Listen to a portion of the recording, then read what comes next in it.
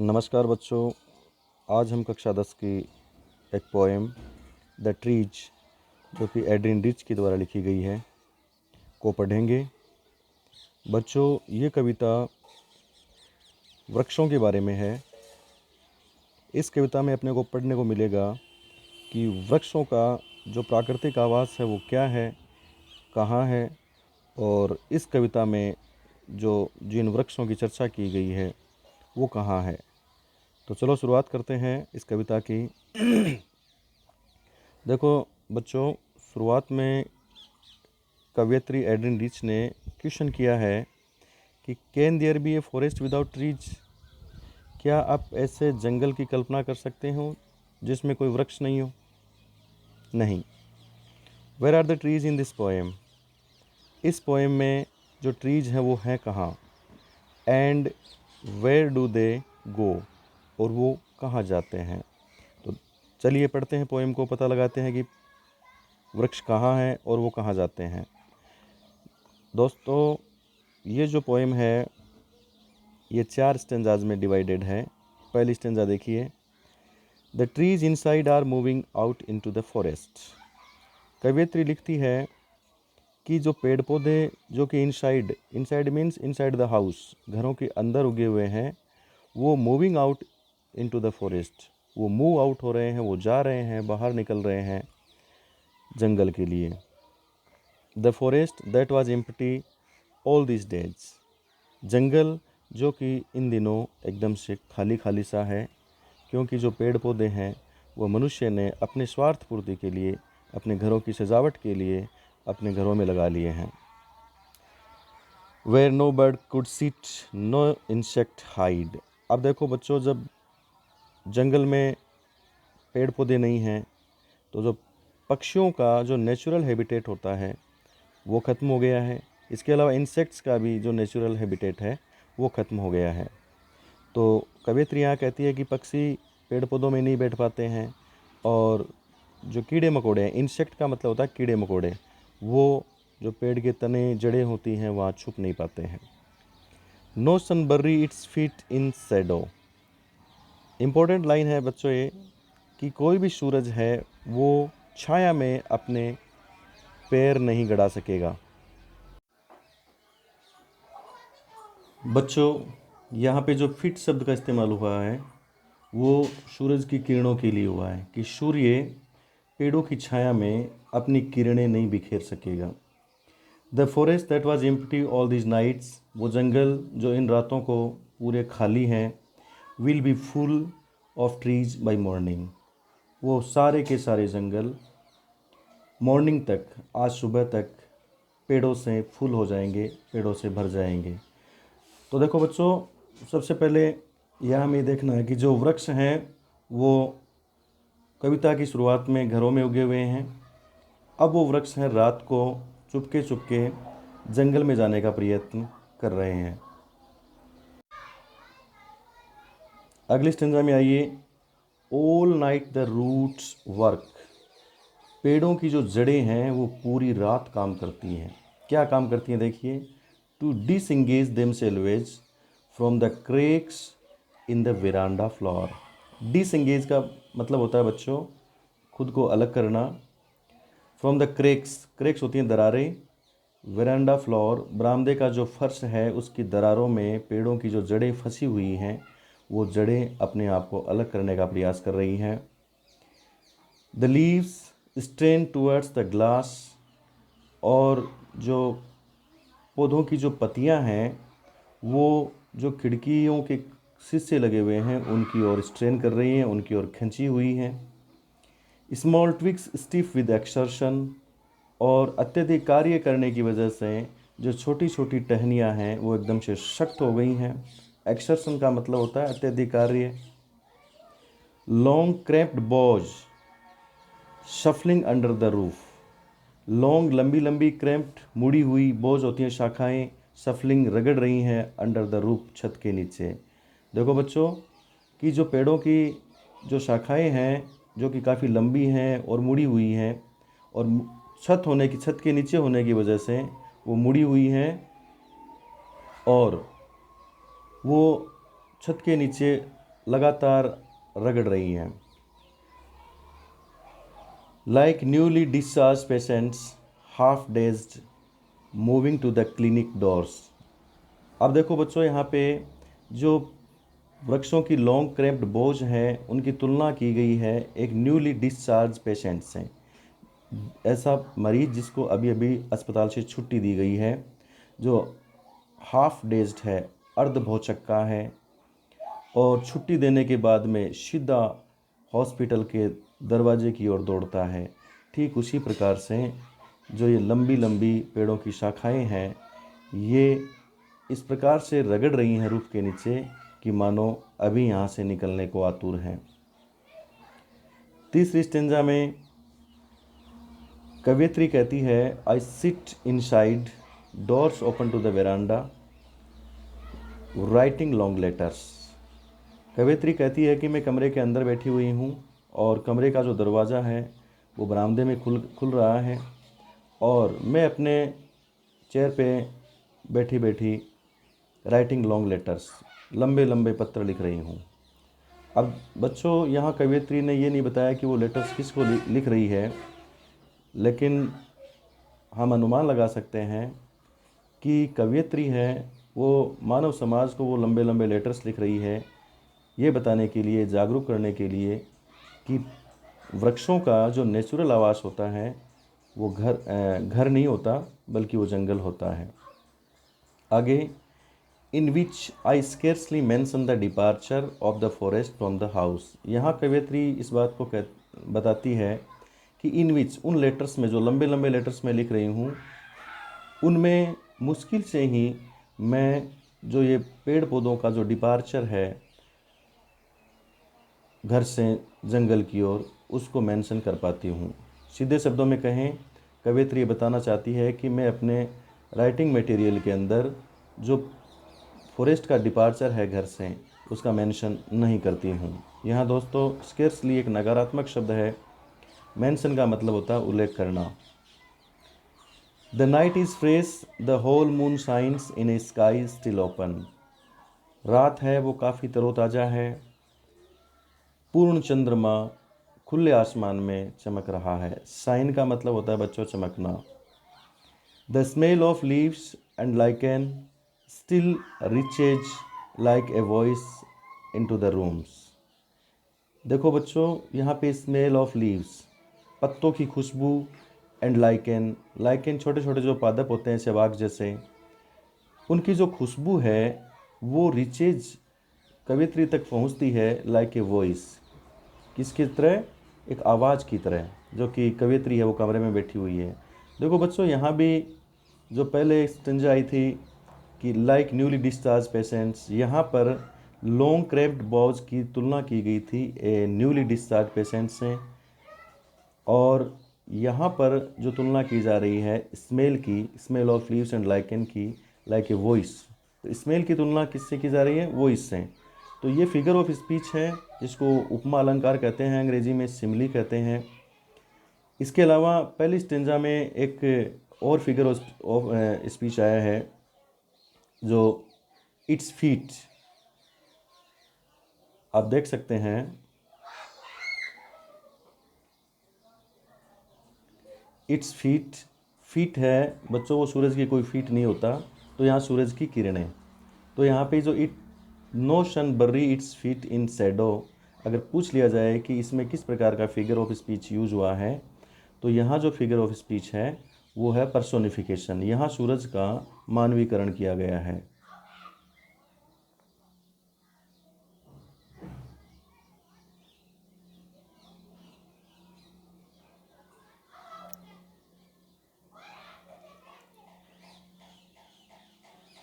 अब चलो बच्चों, जो अंतिम स्टेंजा है, कवियत्री कहती है कि my head is full of whispers, कि मेरे दिमाग में असंख्य विचार आ रहे हैं। विस्पर का मतलब होता है बच्चों वैसे कानाफूसी, धीरे धीरे फुसफुसाना। तो जो पेड़ पौधों के जो अंग हैं वो आपस में विस्परिंग कर रहे हैं, उनको कवियत्री स्पष्ट रूप से सुन पा रही है।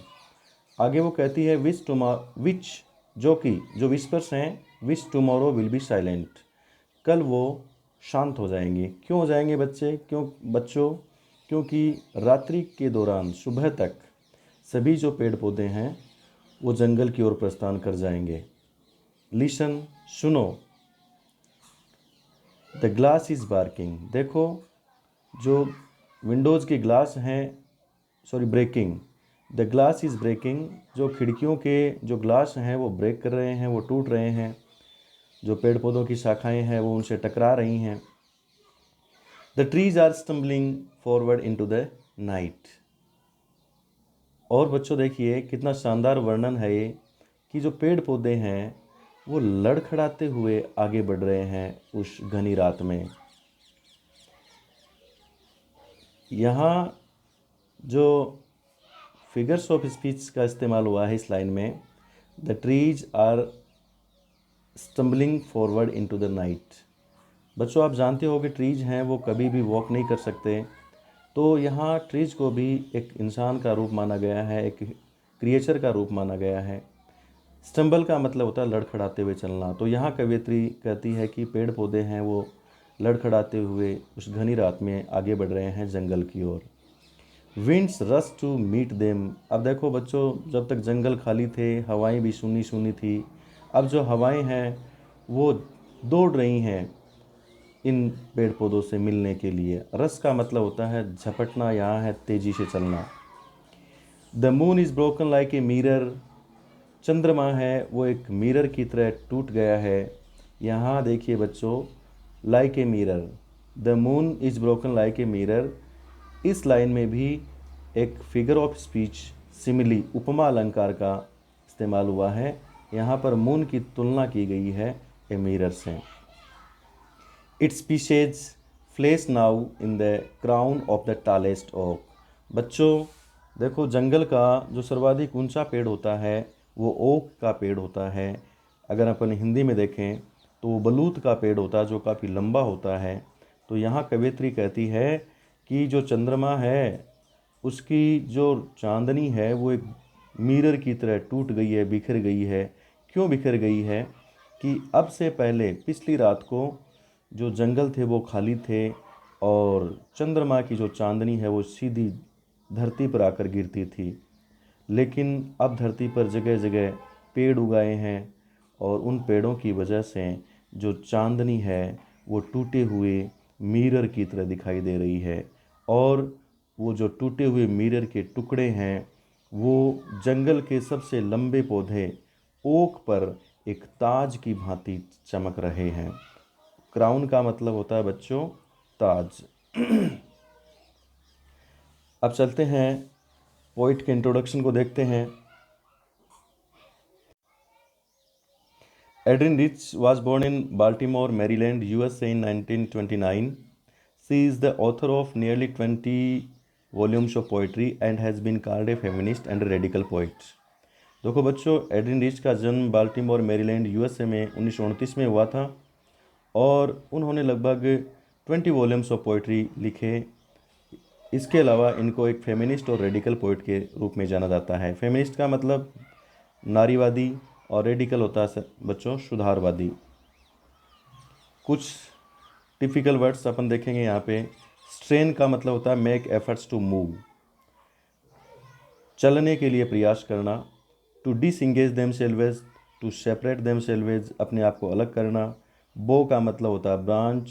सफलिंग का मतलब होता है moving repeatedly from one position to another, एक स्थिति से दूसरी स्थिति में लगातार मूव करना।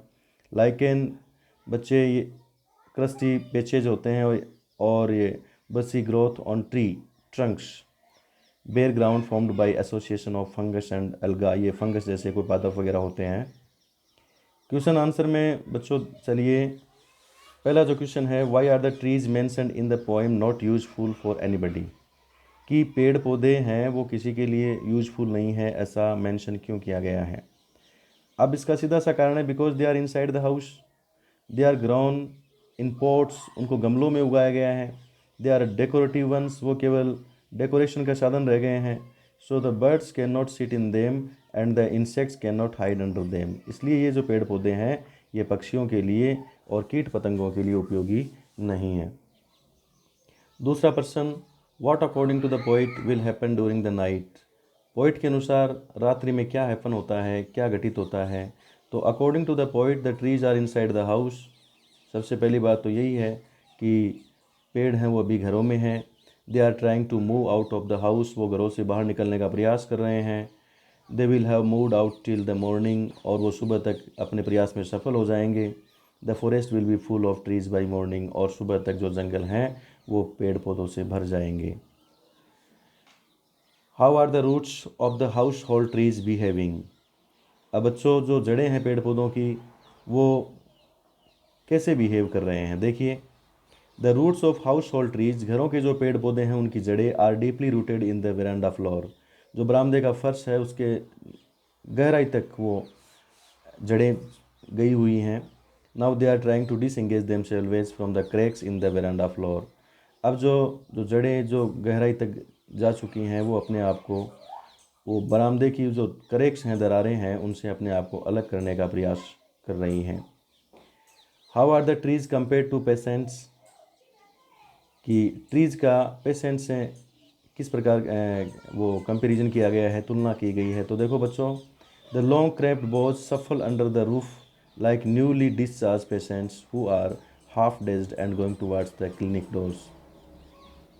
कि जो पेड़ पौधे हैं वो एक अभी अभी छुट्टी दिए गए किसी एक मरीज की भांति हैं, जो कि अर्ध चेतन की अवस्था में सीधा हॉस्पिटल के दरवाजे की ओर भागता है। क्योंकि बच्चों आप जानते ही हो कि हॉस्पिटल के अंदर जो पेशेंट होते हैं वो बहुत जल्दी अपने घर जाने को उतावले होते हैं। ठीक उसी प्रकार से पेड़ पौधे हैं वो अपने जो प्राकृतिक आवास है जंगल, वहाँ जाने की जल्दबाजी कर रहे हैं। यहाँ बच्चों देखो अपनी एक बात और सीख सकते हैं कि जिस प्रकार मरीज के लिए हॉस्पिटल है वो सुहावना नहीं होता, ठीक उसी प्रकार से जो पेड़ पौधे हैं उनको भी जो हम घरों में जो लगाते हैं वो परिस्थितियाँ उनको अच्छी नहीं लगती हैं। Why does the poet say that the moon is broken like glass. कवि ने ऐसा क्यों कहा है कि जो मून है वो ग्लास की तरह टूट चुका है। तो the poet says that the moon is broken like glass because, क्योंकि the full view of the moon will break. जब जंगल में पेड़ पौधे नहीं थे तो मून का एक फुल व्यू होता था, पूरा का पूरा जो चंद्रमा की चांदनी है वो खाली ज़मीन पर गिरती थी, लेकिन पेड़ पौधे होने की वजह से वो छितरा गई है। The poet will see the moon through the top twigs of the tallest oak. इसके अलावा जो पोइट है वो देखता है कि चंद्रमा की जो चांदनी है अब जंगल के सर्वाधिक ऊंचे पौधे ओक के टॉप पर गिर रहे हैं। What is the central idea of the poem the trees. बच्चों ये इंपॉर्टेंट क्वेश्चन है। The poem attacks on the selfish motives of man. इस कविता में कवयित्री है वो मनुष्य के जो सेल्फिश मोटिव्स हैं, जो स्वार्थ हैं, उन पर अटैक करती है।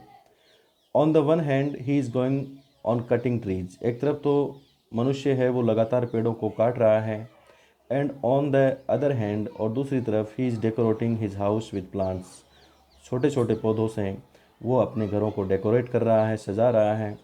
The trees feel suffocated inside the house. पेड़ों का घर के अंदर दम घुट रहा है। And try to move to their natural habitat. और जो पेड़ पौधे हैं वो ट्राई कर रहे हैं अपने वास्तविक आवास पर जाने की। अगला question, where are the trees in the poem, what do their roots, their leaves and their twigs do. कविता के अंदर जो पेड़ पौधे हैं वो कहाँ हैं, उनकी जड़ें, उनकी पत्तियाँ, उनकी शाखाएँ, उनकी टहनियाँ क्या कर रही हैं।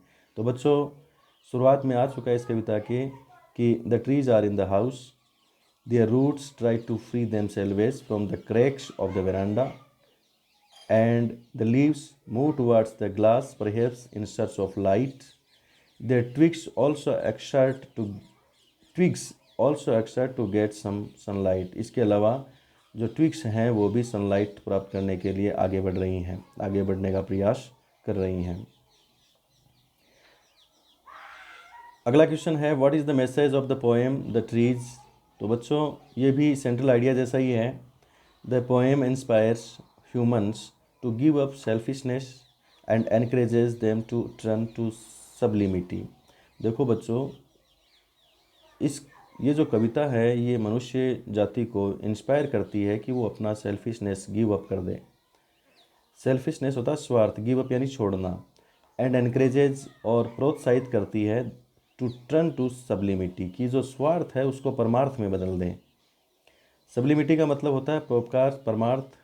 Man has utilize trees for his selfish motives, क्योंकि कवयित्री ने देखा है कि मनुष्य ने पेड़ पौधों को अपने सेल्फिश मोटिव्स के लिए यूटिलाइज किया है, उपयोग किया है।